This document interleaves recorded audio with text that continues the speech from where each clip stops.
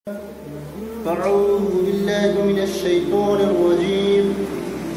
يا أيها الذين آمنوا كلوا من طيبات ما رزقناكم واشكروا لله إن كنتم إياه تعبدون. যাবতীয় প্রশংসা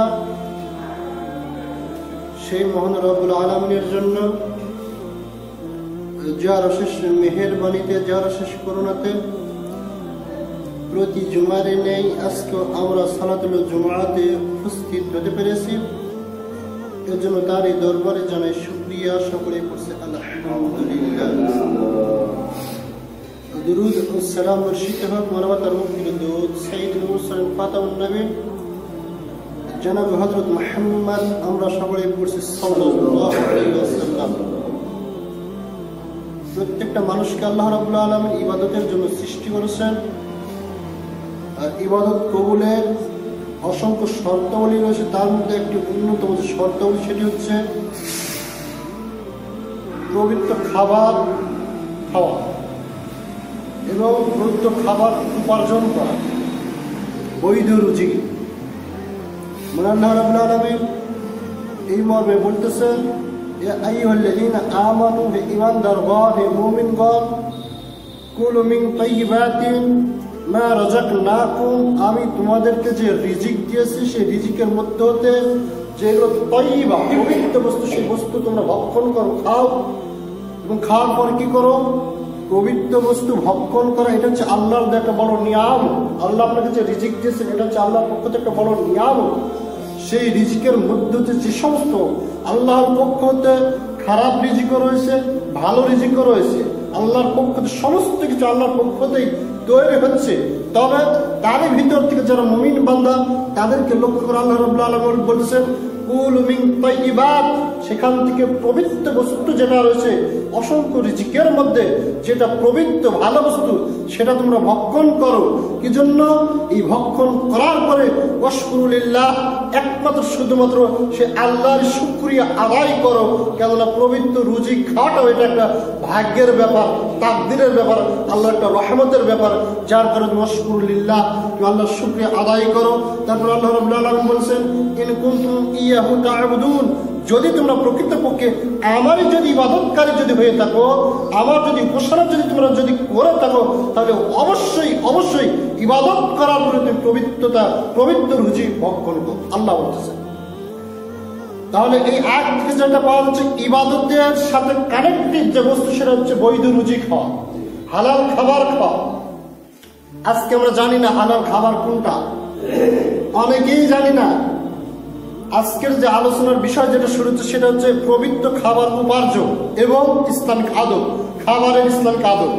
আমি চাইছিলাম এক জুমায় শেষ করব ইসলামিক খাবারের আদব, কিন্তু চিন্তা ভাবনা করে দেখলাম বৈধ খাবার ঠিক আছে, কিন্তু উপার্জন যদি অবৈধ হয় তাহলে বৈধ খাবারটা কি হয়ে যাবে? খারাপ হবে। প্রায় এই 2 দিন থেকে প্রায় সকাল থেকে রাত 8টা-9টা পর্যন্ত পড়তেছি, 2 দিন যাও, তারপরেও এখন শেষ করতে পারবো। এত এই বিষয় সম্পর্কে রাসূল মুহাম্মদ সাল্লাল্লাহু আলাইহি ওয়াসাল্লাম হাদিসে উল্লেখ করেছেন, আল্লাহ রাব্বুল আলামিন উল্লেখ করেছেন। পবিত্র কোরআনুল কারীমে তাইয়্যিবা এই শব্দটি 46টি স্থানে এসেছে। পবিত্র রুজি খাওয়ার ব্যাপারে আল্লাহ রাব্বুল 46টি স্থানে তাইয়্যিবা শব্দটি উল্লেখ করেছেন। পুরো 46টা আয়াত দেখতে হয়েছে, সেখানে আয়াত থেকে কিভাবে সেট করলে ভালো হয়, কোথায় কোথায় তাইয়্যিবাত, কি কি ক্ষেত্রে তাইয়্যিবাত শব্দটি উল্লেখ করেছেন। আমরা শুধু জানি তাইয়্যিবাত মানে পবিত্র বস্তুকেই শুধু তাইয়্যিবাত বলে, চেনা অসংখ্য ক্ষেত্রে তাইয়্যিবাত থাকতে হবে। লোকটা যেটা বললাম সূরাতুল বাকারা 2 নম্বর সূরার 172 নম্বর আয়াতে মনে আল্লাহ রাব্বুল আলামিন মুমিন বান্দাদেরকে লক্ষ্য করে বলছেন যে আমি যে তোমাদের যে রিজিক দিয়েছি সেই রিজিকের মধ্যে যেগুলো পবিত্র বস্তু রয়েছে সেগুলো তোমরা ভক্ষণ করো, সেগুলো তোমরা খাও এবং খাওয়ার পরে তোমরা আমার শুকরিয়া আদায় করো। যদি তোমরা ইবাদতকারী যদি হয়ে থাকো, আমারই যদি উপাসনা যদি করে থাকো, আমারই যদি ইবাদত বন্দেগী করে থাকো।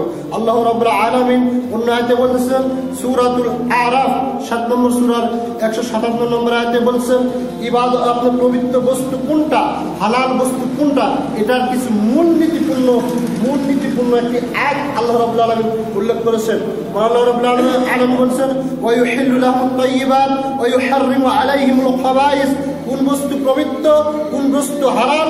আল্লাহ রাব্বুল আলামিন বলছেন ওয়া ইউহিল্লু লাহুম তাইয়্যিবাত, তোমাদের জন্য তাইয়্যিবাত যত রকম পবিত্র জিনিস রয়েছে সমস্ত তাইয়্যিবাত বস্তু তোমাদের জন্য ইউহিল্লু লাহুম আমি আল্লাহ হালাল করে দিয়েছি। সব ধরনের তাইয়্যিবাত যেটা পবিত্র বস্তু, সমস্ত পবিত্র বস্তু এটা কি হালাল আল্লাহ রাব্বুল আলামিন করে দিয়েছেন।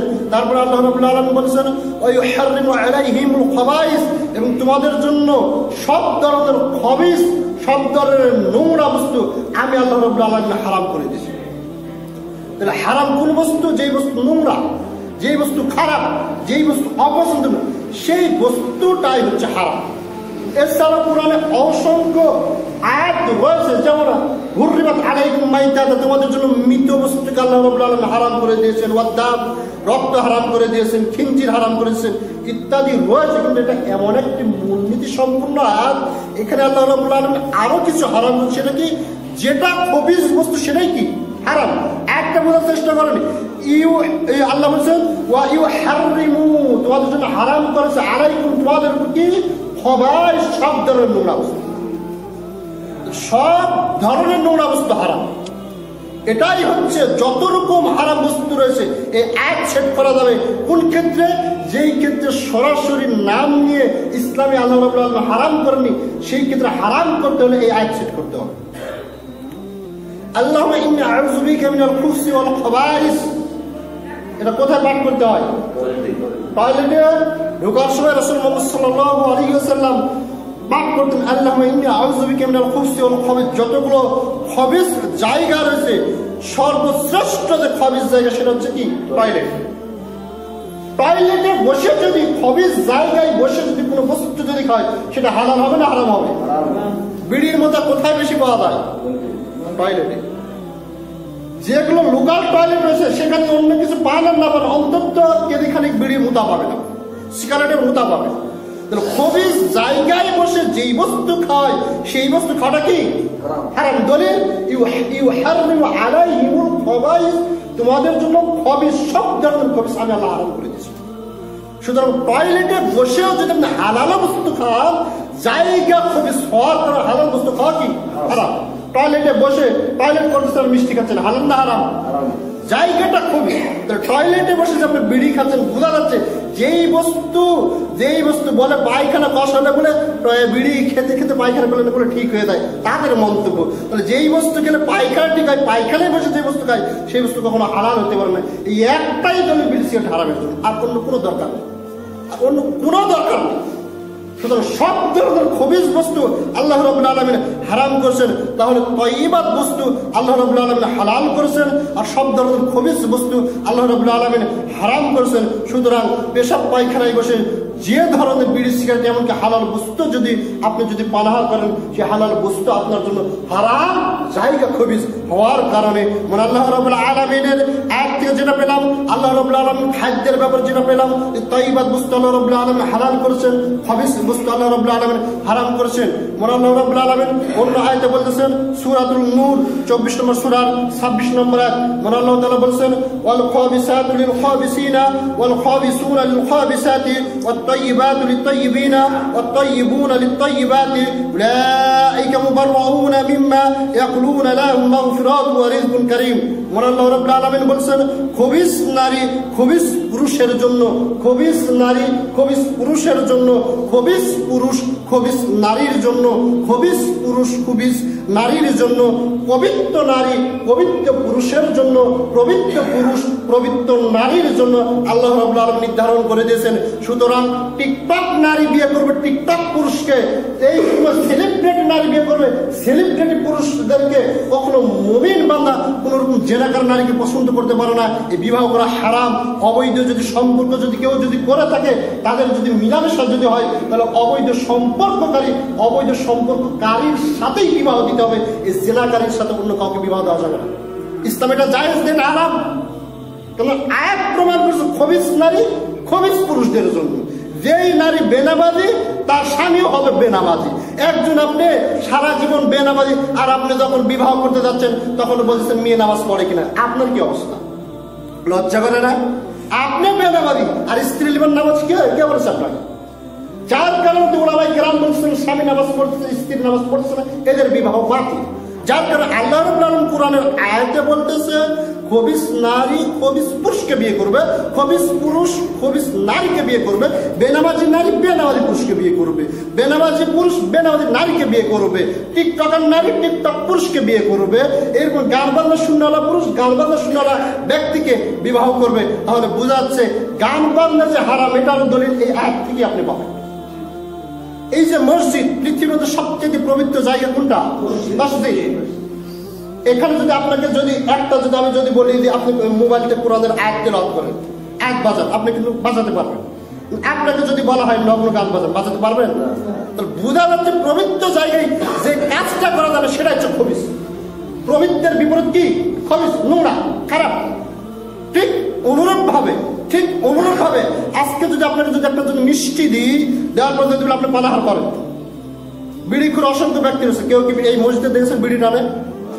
পবিত্র জায়গায় যে জিনিস টানা যাচ্ছে না বোঝা হচ্ছে তার বিপরীত কি? খবিস বস্তু, এটা চারা। এটা মূলনীতি মনে করে রাখবেন। যেই কাজ বাপের সামনে খাওয়া যায় না, বাপের সামনে খেতে লজ্জাবোধ হয়, নোংরা মনে হয়, সেই কাজগুলো হালাল হতে পারে। একটা ছেলে বাপের সামনে গাঁজা টানতে পারে, বিড়ি টানতে পারে, অথচ এই ব্যক্তি হালাল বস্তু খেতে পারে না, ফলমূল খেতে পারে না। তাহলে এখান থেকে আপনি বুঝে নিবেন যে পবিত্র বস্তু আল্লাহ রাব্বুল আলামিন হালাল করে দিয়েছেন। এবং সব ধরনের খবাইস শুধু খাদ্যের ব্যাপারে দেখলে হবে না, নারীর ব্যাপারেও দেখতে হবে, পুরুষদের ব্যাপারেও দেখতে হবে, পরিবারের ব্যাপারেও দেখতে হবে। খবিস বস্তু আপনাকে দেখতে হবে। আল্লাহ রাব্বুল আলামিন সূরা নূরে বলেন খবিস পুরুষ খবিস নারীকে বিবাহ করবে, খবিস নারী খবিস পুরুষকে বিবাহ করবে।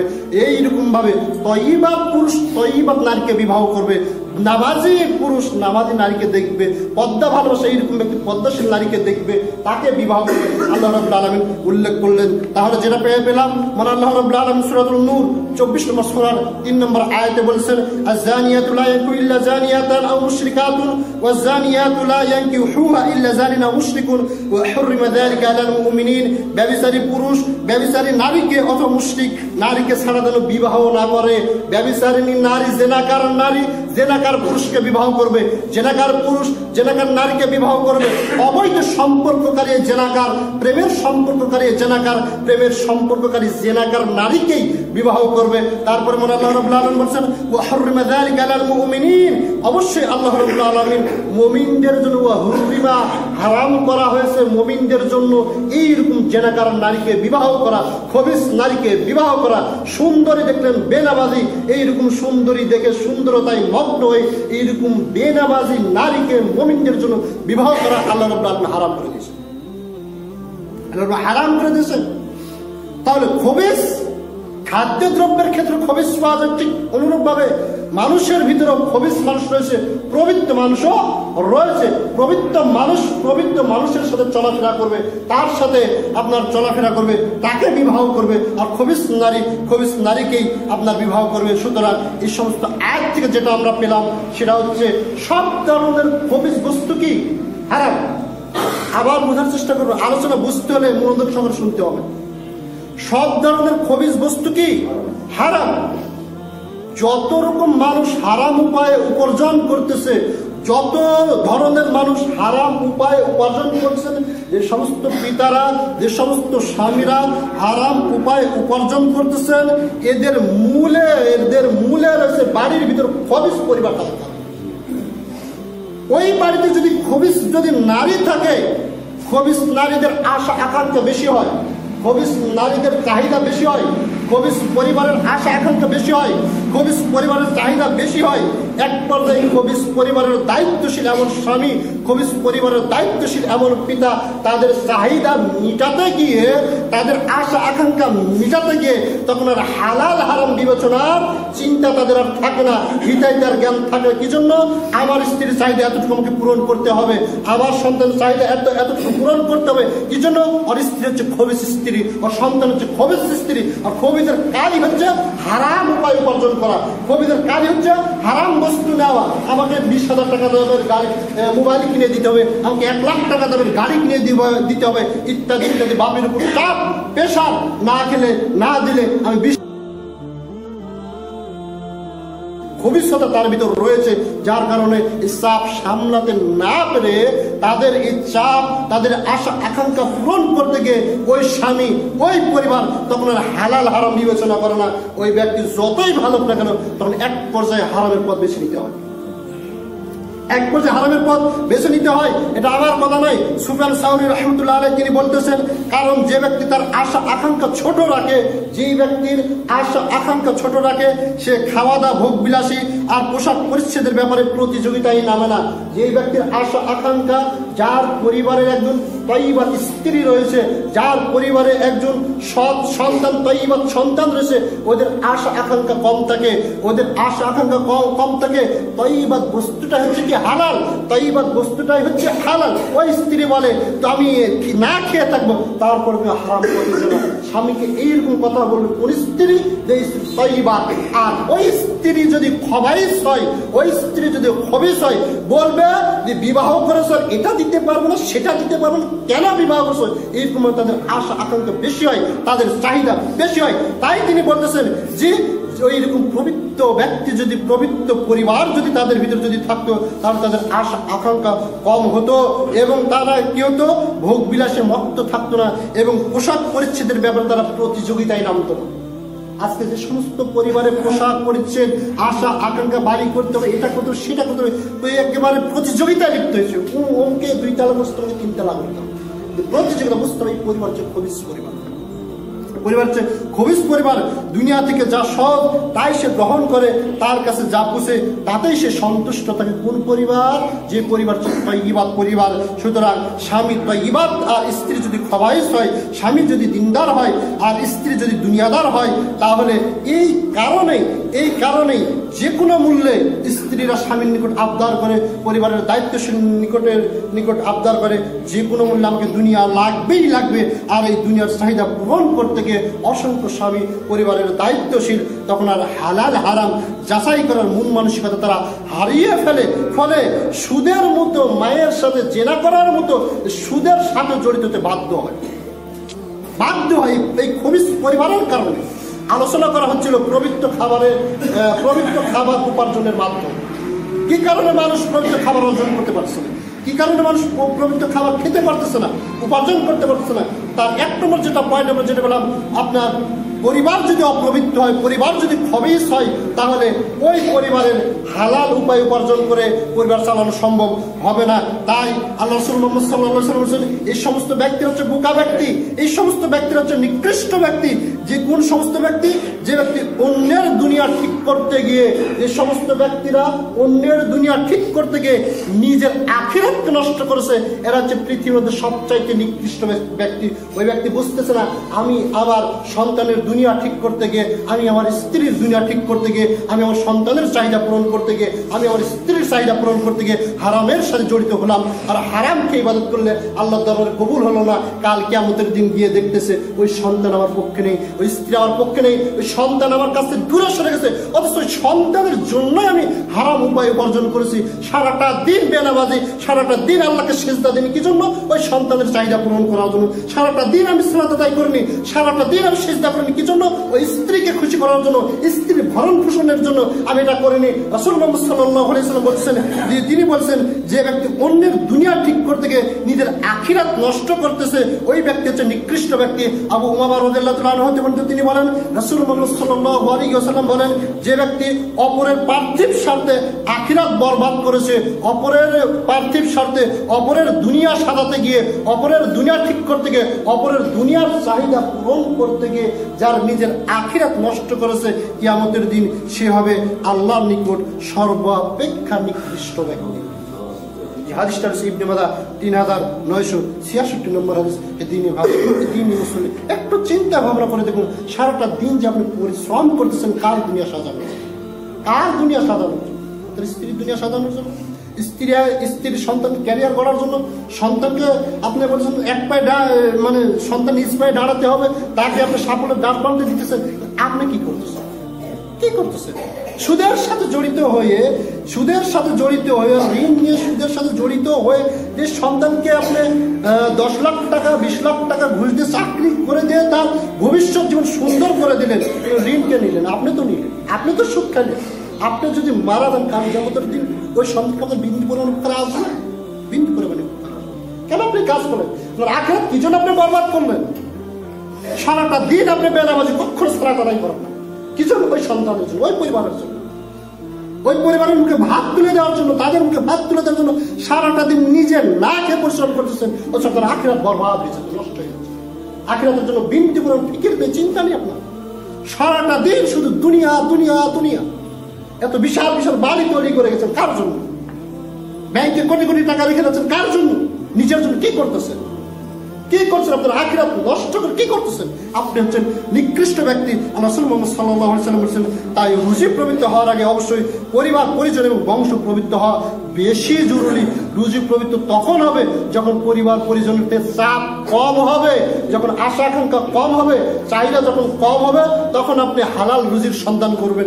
যখন আপনার পরিবার পরিজনের চাপ সৃষ্টি বেশি হবে, চাহিদা বেশি হবে, আশা আকাঙ্ক্ষা বেশি হবে, তখন আপনি হালাল দেখবেন না, হারাম দেখবেন না, কোনটা হালাল কোনটা হারাম এটা আপনি তখন দেখবেন না। তখন আপনি অবৈধ উপায়ে উপার্জন করার চেষ্টা করবেন, আর এটাই থাকবেন। তাই পরিবার পরিজন পবিত্র হওয়া আগে বেশি জরুরি। যার কারণে হযরত জাকারিয়া আলাইহিস সালাম তার পরিবারের পবিত্রতার জন্য আল্লাহর নিকট দোয়া করে বলেছিলেন, হুনালিকা দুআ জাকারিয়া রাব্বু ক্বালা রাব্বি হাবলি মিন লাদুনকা যুররিয়াতান তাইয়্যিবাতান তাইয়্যিবাতান তাইয়্যিবাতান ইন্নাকা সামিউদ দুআ।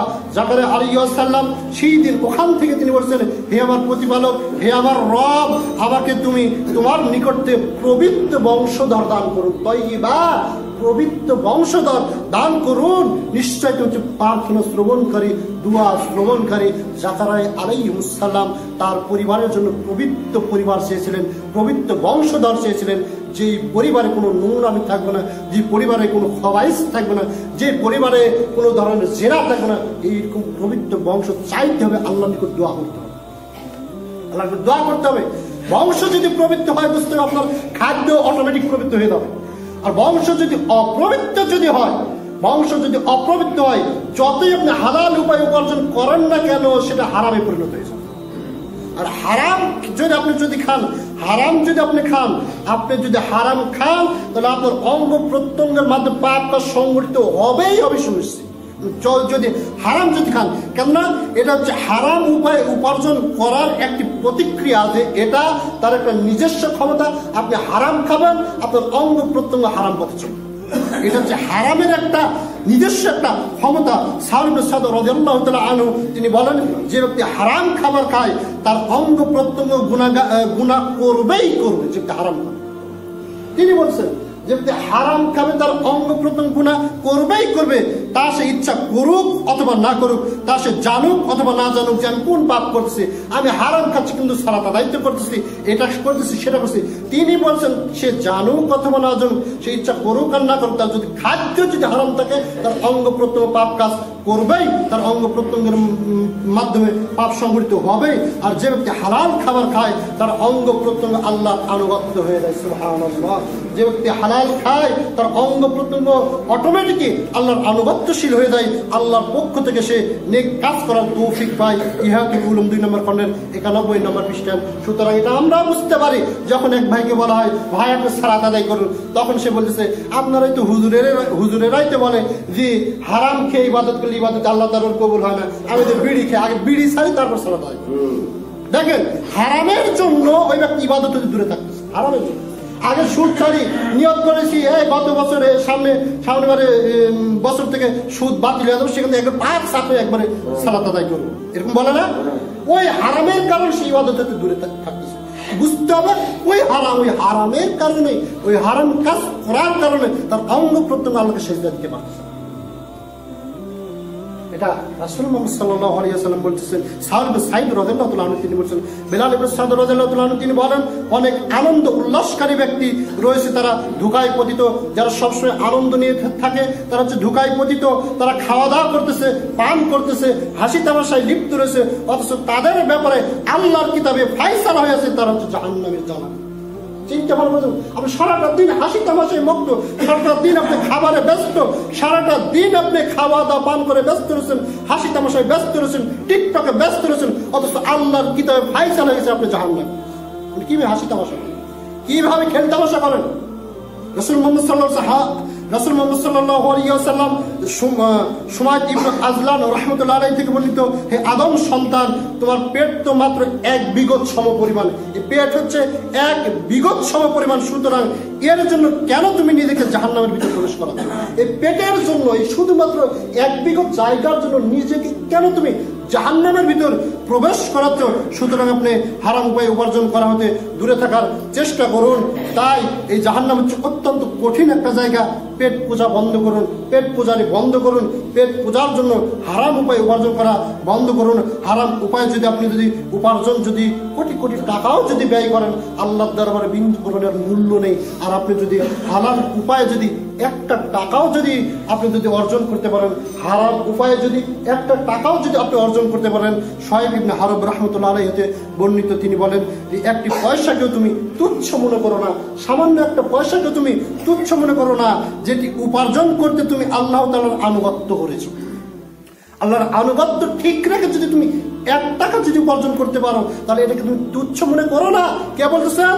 শুআইব ইবনে হারব বলতেছেন যে 1 টাকা ইনকাম করেছেন, কিন্তু সারাটা দিন 1 টাকা ইনকাম করছেন, কিন্তু 5 ওয়াক্ত সালাত কাদা করেননি। সালাত ঠিক রেখে আল্লাহর আনুগত্য করে যদি আপনি যদি 1 টাকা যদি ইনকাম করেন, তিনি বলছেন সেটাকে তুমি তুচ্ছ মনে করো না। কি জন্য তুমি তুচ্ছ মনে করো না? কারণ টাকা পয়সা তো উদ্দেশ্য নয়, বরং তোমার উদ্দেশ্য হলো আল্লাহর আনুগত্য করা। হয়তো তুমি সেই অর্থ দিয়ে সবজি ক্রয় করবে, আর তা তোমার পেটে স্থায়ী হওয়ার আগেই আল্লাহ রাব্বুল আলামিন তোমার সমস্ত গুনাহ মাফ করে। সুবহানাল্লাহ। ওই 1 টাকা যদি হালাল হয়, ওই হালালের কারণে ওই ইবাদত আপনি কি করবেন? কবুল করবেন। যার কারণে যেমন আপনারা জানেন, কেউ যদি ওযু করে, ওযু করার সাথে সাথে অঙ্গ প্রত্যঙ্গ সমস্ত গুনাহ আল্লাহ রাব্বুল আলামিন মাফ করে দেন। কেউ যদি সালাত আদায় করে, সালাতের বিনিময়ে আল্লাহ রাব্বুল আলামিন মাফ করে দেন। ওই 1 টাকা হালাল খেয়ে ওই ব্যক্তি ইবাদত করছে, ইবাদত কবুল হওয়া মানে তার গুনাহ আল্লাহ রাব্বুল আলামিন মাফ করে দিয়েছেন। কিন্তু আপনি কোটি কোটি টাকা সারাটা দিন ইনকাম করছেন, আল্লাহর নাফরমানি করে, আল্লাহর আনুগত্য না করে হারাম উপায় উপার্জন করছেন, এটা এর জন্য অত্যন্ত ভয়াবহ শাস্তি রয়েছে। সুতরাং রিজিকের মালিক হচ্ছে একমাত্র আল্লাহ রাব্বুল আলামিন। এই বিশ্বাস আপনাকে রাখতে হবে। এই বিশ্বাস রেখে সব ধরনের হারাম উপায় উপার্জন আপনি বন্ধ করার চেষ্টা করুন। আর দারিদ্র হয়ে যাওয়ার ভয় না করে আল্লাহকে ভয় করার চেষ্টা করুন, যাতে করে আল্লাহ রাব্বুল আলামিন আপনার জান্নাতের কাজটাকে সহজ করে দেয়। ইবনে মুআয রাহমাতুল্লাহি আলাইহি বলেন, আদম সন্তানের এই মিসকিনেরা দরিদ্র হয়ে যাওয়াকে যে পরিমাণ ভয় করে, এই আদম সন্তানেরা গরিব হয়ে যাওয়াকে যে পরিমাণ ভয় করে, জাহান্নামকে যদি সে পরিমাণ ভয় করত, তাহলে এই প্রত্যেক ব্যক্তি জান্নাতে প্রবেশ করত। তাই দেখে এদের অবস্থা, দেখে আদম সন্তানের অবস্থায় দেখে, তারা গরিব হয়ে যাওয়াকে যে পরিমাণ ভয় করে, কিন্তু জাহান্নামকে সেই পরিমাণ ভয় তারা করে না। যদি ওই পরিমাণ ভয় যদি তারা যদি জাহান্নামকে যদি করতো, তিনি বলছে সমস্ত ব্যক্তি জান্নাতে যেত। জাহান্নামকে আমরা ভয় করি না, জাহান্নামকে ভয় করে না। ইউসুফ ইবনে আজবাদ রাহমাতুল্লাহি আলাইহি বলেন, যখন কোনো যুবক ইবাদত করে, তখন ইবলিস তার দলবলকে বলে, দেখো তার খাবারের উৎসটা কি, তার খাবারের উৎসটা দেখো। যখনই কোনো ব্যক্তি ইবাদত বন্দী করে, 5 ওয়াক্ত সালাত আদায় সব কিছু করে, তখন ইবলিস তার সালাতের দিকে না দেখে আগে বলছে তার খাবারের উৎসটা কি সেটা তুমি আগে দেখো। যদি খাবারের উৎস যদি মন্দ হয়, খাবারের উৎস যদি হারাম হয়, তবে সে বলে তাকে নিয়ে আর ব্যস্ত হওয়ার দরকার নেই, তাকে নিয়ে ব্যস্ত হওয়ার কি দরকার নেই, তাকে ছেড়ে দাও, সে ইবাদত বন্দী করুক, করে করে একেবারে ক্লান্ত হোক। এমনই তার থেকে তোমাদের জন্য রয়েছে পর্যাপ্ত অংশ কিতাবুল জুহুদ 359 নম্বর হাদিস। সুতরাং শরীরের পোশাক, সুতরাং এই হাদিস থেকে যেটা আমরা পেলাম, আপনার যদি খাদ্য দ্রব্য যদি হারাম যদি হয়, উপার্জন যদি হারাম হয়, তাহলে ইবলিসের কোনো চিন্তা থাকে না, তার কোনো টেনশন থাকে না। কিছু হারাম খেয়ে যদি ইবাদত বন্দি করে, ওই ইবাদত বন্দি আল্লাহর দরবারে কবুল হবে না। হারাম খেয়ে যদি ইবাদত বন্দি করে, ওই ইবাদত কবুল হবে না তো হবে না। এমনকি গায়ের পোশাক যদি হারাম থাকে, গায়ের পোশাক যদি হারাম থাকে, এই পোশাক হারাম নিয়ে যদি সালাত আদায় করেন, ইবাদত বন্দি করেন, ইবাদত আল্লাহর দরবারে কবুল হবে না। এর উদাহরণ দিয়ে গিয়ে রাসূল মুহাম্মদ সাল্লাল্লাহু আলাইহি ওয়াসাল্লাম দৃষ্টান্ত হিসাবে এক ব্যক্তির অবস্থা উল্লেখ করে বলেছেন, এক ব্যক্তি দূর দূর প্রান্তে সফর করছে, তার মাথার চুল এলোমেলো, উস্কো খুস্কো, শরীরে ধুলাবালুতে একবারে মাখা রয়েছে। এমন অবস্থায় বিপদে পড়ে 2 হাত তুলে আল্লাহর দরবারে বলছে, ইয়াদউ ইয়াদাইহি ইলাস সামা, আসমানের দরবারে 2 হাত তুলে বলতেছে, ইয়া রাব্বি ইয়া রাব্বি, হে আমার রব, হে আমার রব, আমি তো বিপদে পড়েছি। তো রাসূল মুহাম্মদ সাল্লাল্লাহু আলাইহি ওয়াসাল্লাম বলেন, ওয়া মাতআমুহুল হারাম ওয়া মাশরাবাহুল হারাম ওয়াল মালবাসাহু হারাম ওয়া গুযিয়া বিল হারাম ফাআন্না ইস্তাজিব লিযালিকা রাওয়াহুল মুসলিম। তিনি বলেন ওই অবস্থায় আল্লাহর দরবারে আকাশের নিকট দুই হাত উত্তোলন করে বলছেন, হে আমার রব, হে আমার রব। আল্লাহ রাসূল মুহাম্মদ সাল্লাল্লাহু আলাইহি সাল্লাম বলছেন, তার খাবার হচ্ছে হারাম, তার পানি হচ্ছে হারাম, তার পরনের যে পোশাকটা পরে আছে সেই পোশাকটাও হারাম। আর এই হারাম সে ভক্ষণ করে থাকে, এই হারাম দিয়ে সে জীবিকা নির্বাহ করে থাকে। আল্লাহ রাব্বুল আলামিন এর দোয়া কিভাবে কবুল করবেন? এর দোয়া আল্লাহ রাব্বুল আলামিন কবুল করবেন না। সুতরাং আপনার খাদ্য দ্রব্য যদি হারাম থাকে, এই দোয়া আল্লাহর দরবারে কবুল হবে না। আপনার পোশাক যদি হারাম থাকে, এই দোয়া আল্লাহর দরবারে কবুল হবে না। আপনার জীবিকা নির্বাহ যদি হারাম থাকে, আল্লাহর দরবারে দোয়া কবুল হবে না। যে হাদিসটা মিশকাতে রয়েছে 2760 নম্বর হাদিস, তিরমিজিতে 614, দারেমি 1818, এছাড়া 2818, 2800, সহিহ মুসলিম 1015, অসংখ্য হাদিস গ্রন্থে হাদিসটা রয়েছে। সুতরাং সময় সংক্ষেপের কারণে বলছি, তাই উপার্জন এবং খাবারের ব্যাপারে অবশ্যই আপনি চিন্তা ভাবনা করার চেষ্টা করুন। আবু ইউসুফ গাছুলি রহমতুল্লাহ আলাইহি বলেন, আমি দীর্ঘ 60 বছর যাবৎ চিন্তা ভাবনা করে খাবার গ্রহণ করেছি। 60 বছর যাবৎ, 60 বছর ধরে চিন্তা ভাবনা করে এক লোক যখন খাবার করেছেন, চিন্তা ভাবনা করে দেখেছেন যে খাবারটা হালাল না, কোথায় থেকে খাবারটা এসেছে, চিন্তা ভাবনা করে তিনি খাবার গ্রহণ করেছেন। কিতাবুল ওয়ারা 10 নম্বর পৃষ্ঠায় একটা হাদিস বলে আমার আলোচনা শেষ করবো। মুআম্মাল রাহমাতুল্লাহ আলাইহি বলেন, আমি একবার সুফিয়ান সাহরের নিকট গেলাম, তখন তিনি ডিম এবং ভুনা সহ গুস্ত খাচ্ছিলেন। ডিম ভুনা গুস্ত খাচ্ছিলেন। আমি এই ব্যাপারে বললে তিনি বলেন, তোমাদের আমি এই আদেশ দিই না যে তোমরা উত্তম খাবার খাও, তোমরা দামি দামি খাবার খাও, এই আদেশ আমি দিই না, বরং তোমরা উত্তম উপার্জন করো, অতঃপর তা আহার করো। দামি দামি খাওয়া বড় কথা নয়, কিন্তু উপার্জনটা হালাল করতে হবে। হালাল বস্তুটা খেলেন, কিন্তু উপার্জন হচ্ছে হারাম, এটা তিনি বলছেন। তাহলে এই খাবারটা কি হয়ে গেল? হারাম হয়ে গেল। আপনি হালাল বস্তু খেলেন, কিন্তু উপার্জন করছেন কিসের মাধ্যমে? হারামের মাধ্যমে। যার কারণে এই বস্তুটা কি হয়ে গেল? হারাম হয়ে গেল। খাবারটা দামে, কিন্তু আপনি একটা রুটি খেলেন, আপনার উপার্জনটা হচ্ছে হালাল, তাই তিনি বলছেন তোমার উপার্জনটা কি সেটা তুমি লক্ষ্য করো, সেটা তুমি দেখো। সুতরাং আল্লাহ রাব্বুল আলামিন আমাদেরকে উপার্জনটা হালাল না হারাম এটা চিন্তা ভাবনা করে, ফিকির করে, গবেষণা করে আমাদের যে রিজিক আল্লাহ রাব্বুল আলামিন দিয়েছেন, সেই রিজিকের মধ্যে যেটা পবিত্র বস্তু, হালাল বস্তু, সেটা আল্লাহ রাব্বুল আলামিন আমাদেরকে ভক্ষণ করার তৌফিক দান করুন। সরসা আল্লাহ আমিন। সামনে যে রমজান রয়েছে, রমজান অসংখ্য ফজিলত রয়েছে, এই সমস্ত ফজিলত তখনই পাবেন যখন আপনার খাদ্যদ্রব্য হালাল হয়ে যাবে। তাহলে এই রমজানের যত ইবাদত রয়েছে, সমস্ত ইবাদত আল্লাহ তাআলা কবুল হবে। কিন্তু আপনার খাদ্যদ্রব্য উপার্জনের মাধ্যম যদি হারাম থাকে, এই সিয়াম না খেয়ে থাকাই হবে, আল্লাহ তাআলা কবুল হবে না। সুতরাং আল্লাহ রাব্বুল আলামিন আমাদেরকে বৈধ রুচি খাওয়ার তৌফিক দান করুন। সকল আল্লাহুম্মা আমিন।